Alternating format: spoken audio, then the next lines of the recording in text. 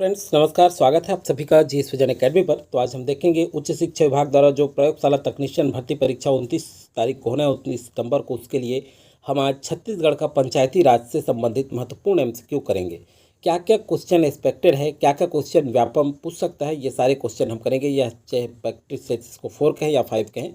तो चलिए, ये प्रैक्टिस सेट 4 नंबर का है। अगला चलिए देखते हैं। पहला क्वेश्चन शुरू करने से पहले चैनल में पहली बार जुड़े होंगे तो सबसे पहले सब्सक्राइब करके बेल आइकन में ऑल जरूर सेलेक्ट कर लें, ताकि जब भी मैं वीडियो डालूँ उसका नोटिफिकेशन आप तक पहुंचता रहे। मैथ्स का भी अध्ययन कर सकते हैं। और कंप्यूटर के लिए प्लेलिस्ट छात्रा अधीक्षक पटवारी परीक्षा करके जो प्लेलिस्ट बनाए उसमें कंप्यूटर के सारे एमसीक्यू आप जरूर कर ले जा करके। नहीं किए हैं तो बहुत सारा वीडियो बना है कंप्यूटर पर। तो चलिए, पहला क्वेश्चन है, जल्द शुरू करते हैं। ग्राम सभा की बैठक बुलाने की अपेक्षा कौन करता है? तो देखिए, ऑप्शन के हिसाब से हमें आंसर लेना है। यहाँ जनपद पंचायत है, जिला परिषद कलेक्टर है और ग्राम पंचायत है। तो देखिए, पहला, दूसरा और तीसरा ये तीनों आएगा, तो सी यहाँ पे करेक्ट आंसर हो जाएगा। ये तीनों करता है क्योंकि ये जो है ग्राम पंचायत तो करता ही है, जनपद और जिला परिषद भी करता है। अगर इसमें और भी आपको पता है तो आप कमेंट करके ज़रूर बताएं कि कुछ कुछ और है जो छूट जाता है, तो उसे आप कमेंट जरूर किया करें, आपके लिए छोड़ा जाता है। तो आप कमेंट करेंगे, कमेंट करते ही आपको बहुत सारा चीज़ याद हो जाता है। जब लिखते हैं तो पूरा डिटेल लिखा करें। चलिए, अगला है, वार्षिक कार्य योजना, हितग्राहियों का चयन, वार्षिक बजट और शासकीय प्रतिवेदन पर ग्राम सभा का कब संकल्प पारित करती है? ग्राम सभा कब संकल्प पारित करती है? तो देखिए, दूसरे नंबर का क्वेश्चन, यदि ग्राम सभा की बैठक में सरपंच उपस्थित हो, यदि ग्राम सभा की बैठक में उप सरपंच उपस्थित हो, यदि ग्राम सभा की बैठक में विहित अधिकारी उपस्थित हो, यदि ग्राम सभा की बैठक में गढ़ पूर्ति हो। बिल्कुल सही। तो ग्राम सभा की जो बैठक में गढ़ पूर्ति होता है 1/10, तो ये गढ़ पूर्ति हो तब जो है क्या करती है, प्रशासकीय प्रतिवेदन ग्राम सभा का संकल्प पारित किया जाता है। तो डी यहाँ पे करेक्ट आंसर होगा।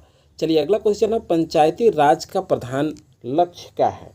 देखिए, क्या लक्ष्य है?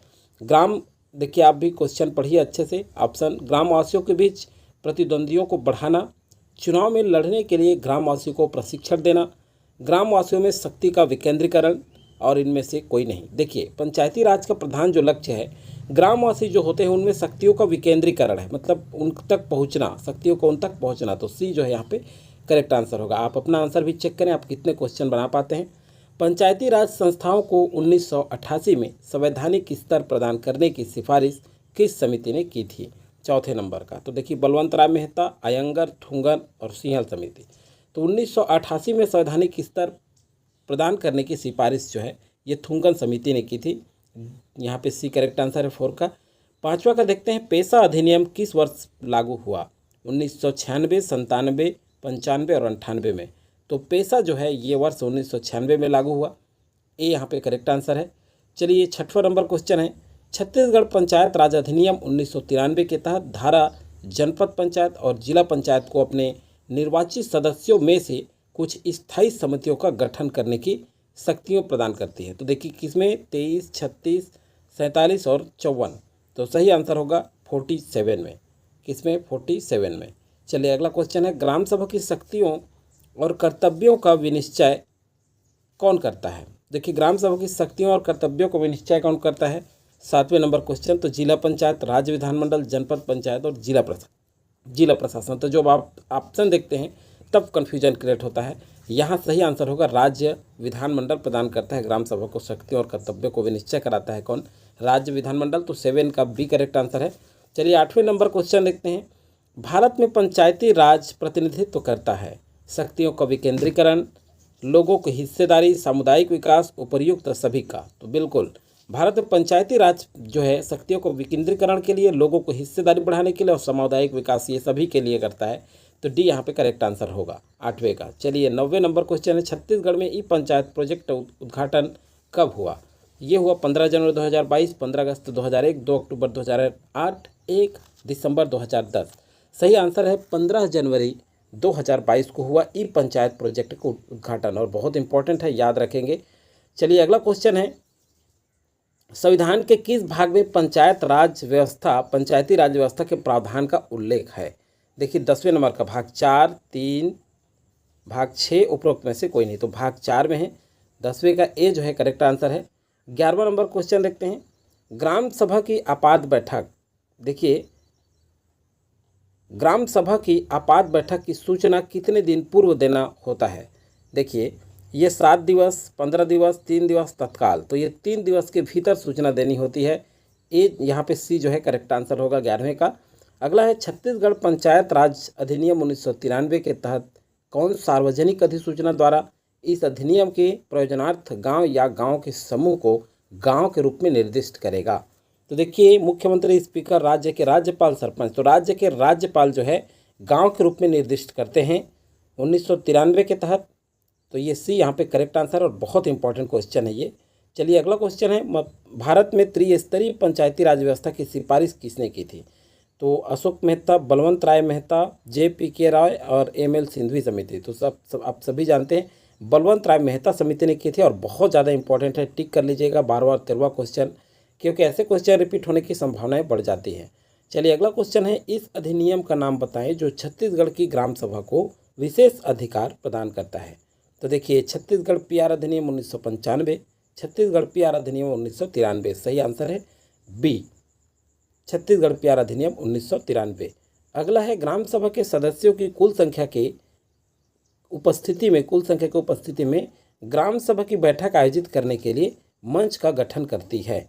देखिए 15वें नंबर, तो कौन करती है? 1/4, 1 का 5वां हिस्सा, आधी और 1 का 10वां हिस्सा। तो सही आंसर है 1 का 10वां हिस्सा। 1/10 गणपूर्ति शुरू में ही बताया था।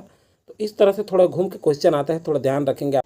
नेक्स्ट क्वेश्चन है, 2004 में संशोधित छत्तीसगढ़ पंचायती राज अधिनियम 1993 की धारा 6 के अनुसार एक ग्राम सभा का आयोजन वर्ष में प्रत्येक 3 महीने में कितने बार किया चाहिए? देखिए, एक वर्ष में 4 तिमाही होता है, तो कम से कम वर्ष में 4 बार। तो तिमाही में मतलब 3 महीना में एक बार, तो ये 4 तिमाही में कितने बार होगा? 4 बार। तो कम से कम एक बार करना चाहिए। देखिए कन्फ्यूज मत होइएगा, कभी कभी 4 बार भी आंसर ले लेते हैं, यही चीज़ सुधार होता है प्रैक्टिस करने से।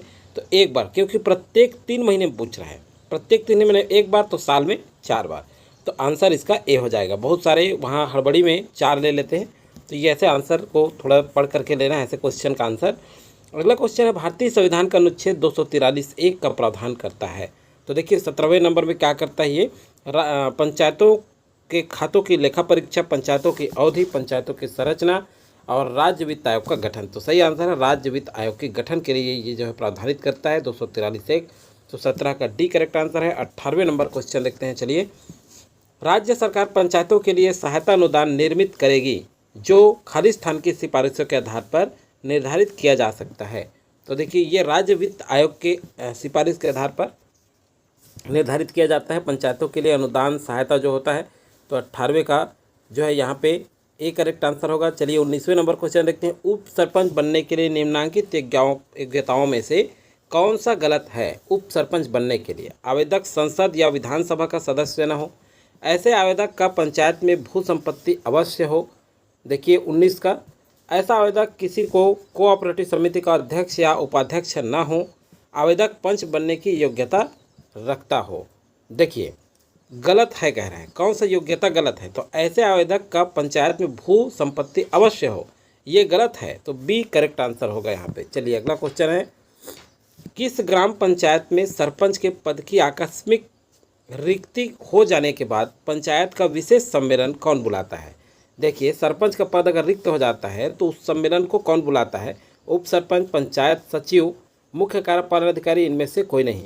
तो देखिए, पंचायत सचिव बुलाते हैं। जब सरपंच का पद आकस्मिक अगर रिक्त हो जाता है किसी कारण से, तो उस समय जो है इस समय पंचायत का विशेष सम्मेलन जो होता है उसे पंचायत सचिव बुलाता है। बी यहाँ पे करेक्ट आंसर है 20वें का।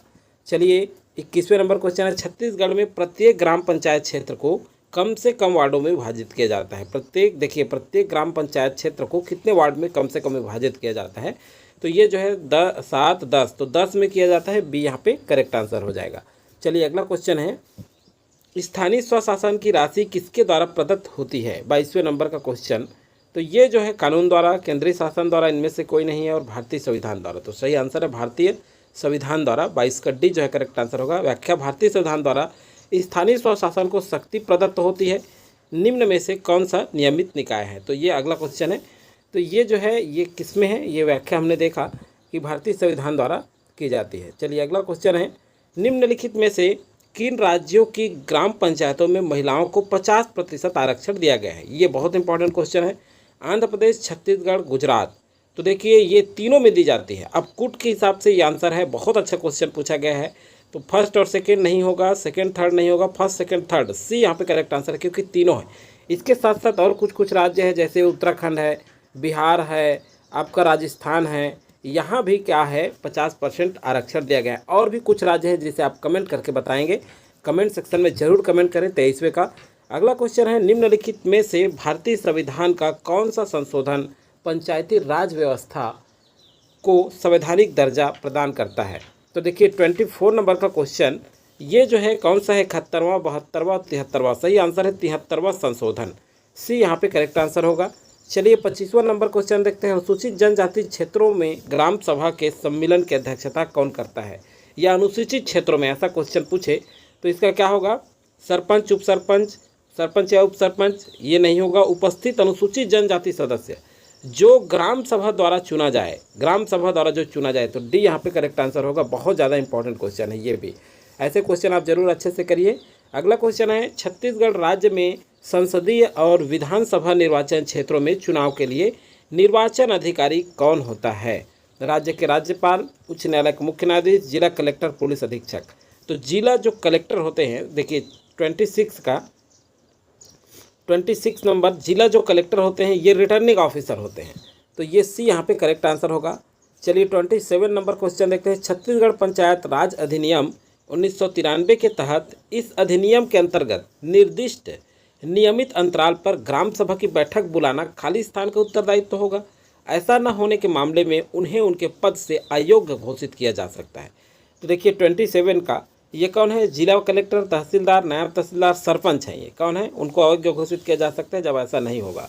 तो 27 का जो है डी करेक्ट आंसर है। 28 नंबर क्वेश्चन देखते हैं, संविधान में निम्नलिखित अनुसूचियों में से कौन सी उन विषयों को सूचीबद्ध करती है जिन्हें राज्य कानून द्वारा पंचायतों को हस्तांतरित किया जा सकता है? तो देखिए कौन सा, संविधान की 8वीं अनुसूची, संविधान की 12वीं अनुसूची, संविधान की 11वीं अनुसूची को। तो सी यहाँ पे करेक्ट आंसर होगा 28 का। 29 नंबर क्वेश्चन देखते हैं, किनके द्वारा पंचायतों के लेखा और अंकेक्षण का रख रखाव किया जाता है? तो देखिए ये संसद द्वारा बनाए गए कानून के द्वारा, राज्य विधायिका द्वारा बनाए गए कानून के द्वारा, राज्य वित्त आयोग के द्वारा और नियंत्रक महालेखा परीक्षक के द्वारा।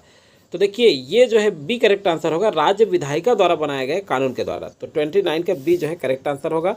चलिए 30 नंबर क्वेश्चन देखते हैं, भारत के संविधान के 73वें संशोधन के अनुसार पंचायत के सदस्य के निर्वाचन हेतु न्यूनतम आयु क्या निर्धारित की गई? बहुत इंपॉर्टेंट ये क्वेश्चन पूछा गया, सारे क्वेश्चन पूछे गए हैं कहीं ना कहीं आपके सीजी व्यापम और पीएससी दोनों द्वारा। तो उस क्वेश्चन को कर रहे हैं, बहुत इंपॉर्टेंट है। ये 21 वर्ष है, ध्यान रखेंगे, बहुत इंपॉर्टेंट। कई लोग 18 वर्ष टिक करते हैं, नहीं 21 आएगा इसका करेक्ट आंसर।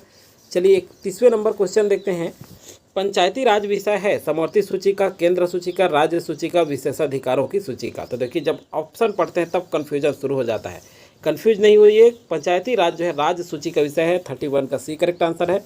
चलिए अगला क्वेश्चन देखते हैं, पंचायत के चुनाव कराने हेतु निर्णय किसके द्वारा लिया जाता है? देखिए किसके द्वारा, केंद्र सरकार, राज्य सरकार, जिला न्यायाधीश, चुनाव आयोग। तो सही आंसर है यहाँ पे राज्य सरकार द्वारा जो है पंचायत चुनाव कराने हेतु निर्णय लिया जाता है। तो 32 का बी जो है करेक्ट आंसर है।